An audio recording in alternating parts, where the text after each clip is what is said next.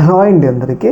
2024 ఎన్నికల్లో YCP party ఓడిపోతుంది, అలాగే కూటమి పార్టీ గెలుస్తుంది అని చెప్పేసి చాలా ఖచ్చితంగా యాక్యురసీగా సర్వేలు చేసిన వాళ్ళలో కేకే సర్వే ఒకటి.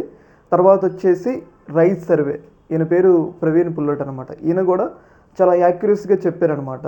ఏదైతే 2024 ఎన్నికల్లో వైసీపీ చాలా ఘోరమైన దెబ్బతినబోతుంది, అలాగే ఏదైతే కూటమి భారీ విజయాన్ని నమోదు చేస్తుంది అని చెప్పేసి చాలా యాక్యురసీగా చెప్పిన వాళ్ళలో ఈయన కూడా ఉన్నారు. అయితే ఇప్పుడు రీసెంట్గా ఈయన కూటమి గెలిచిన సంవత్సరం తర్వాత నియోజకవర్గాల్లో పరిస్థితి ఎలా ఉంది, బలాబలాలు ఎలా మారుతున్నాయి, ఏ పార్టీ ఎడ్జ్ తీసుకుంది, ఏ పార్టీ బలం పుంజుకుంటుంది, ఏ పార్టీ బలాన్ని కోల్పోతుంది అని చెప్పేసి జిల్లాల వారీగా నియోజకవర్గాల వారీగా ఆయన సర్వేలు చేస్తున్నారనమాట. ఏంటంటే ప్రభుత్వ వర్గాలు చేపిస్తూ ఉంటాయి కదా, అంటే ప్రజలు తమ పాలన గురించి ఏమనుకుంటున్నారు, సంతృప్తిగా ఉన్నారా అనే విషయాలు, వీటన్నిటి గురించి కూడా సర్వేలు చేపిస్తారు. అయితే ఈ సందర్భంగా ఆయన కూటమి అధికారంలోకి వచ్చి సంవత్సరం అవుతున్న సందర్భంగా కొన్ని జిల్లాలలో సర్వేలు చేశారనమాట. ముఖ్యంగా విజయనగరం ఎంపీ సెగ్మెంట్లో, అంటే విజయనగరం ఎంపీ సెగ్మెంట్లో బొబ్బిలి, రాజం అసెంబ్లీ స్థానాలు తప్పితే మిగిలిన 5 అసెంబ్లీ స్థానాల్లో అసంతృప్త స్థాయి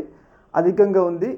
రైజ్ డీటెయిల్డ్ రిపోర్ట్ అతి త్వరలో ఓ ఛానల్ వేదికగా ప్రకటిస్తా అని చెప్పేసి ఆయన ఏంటంటే విజయనగరానికి సంబంధించిన జిల్లాలో సర్వే చేశారంట. సర్వేలో ఆయనకి తేలింది ఏంటి అంటే, ఇక్కడ బొబ్బిలి అలాగే రాజాం ఎంపీ సెగ్మెంట్లో బొబ్బిలి, రాజాం తప్పితే మిగిలిన 5 స్థానాల్లో అసంతృప్తి స్థాయి అధికంగా, అంటే కూటమి ఎమ్మెల్యేల మీద అసంతృప్తి స్థాయి అధికంగా ఉంది అని చెప్పేసి ఆయన చెప్పడం జరిగింది. ఒక రకంగా ఏంటంటే టీడీపీకి అనుకూల వ్యక్తి అని పేరుందనమాట. అయినా కానీ ఈయన చెప్తుంటే సంథింగ్ టీడీపీ మీద నిజంగానే, కూటమి ప్రభుత్వం మీద నిజంగానే వ్యతిరేకత పెరిగిందన్న ఒక భావన అయితే ఏర్పడుతుంది.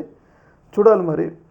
త్వరలో విజయనగరం, గజపతి నగరం అసెంబ్లీ స్థానాలు యావరేజ్ జాబితాలు, అంటే ఈ రెండు కూడా అటు సంతృప్తిగా లేదు, అసంతృప్తిగా లేదు, యావరేజ్గా ఉన్నాయి ఈ రెండు, విజయనగరం, గజపతి నగరం. మిగతా డీటెయిల్స్ మొత్తం ఆయన ఒక ఛానల్లో ప్రకటిస్తారంట, లైవ్ డిబేట్లో.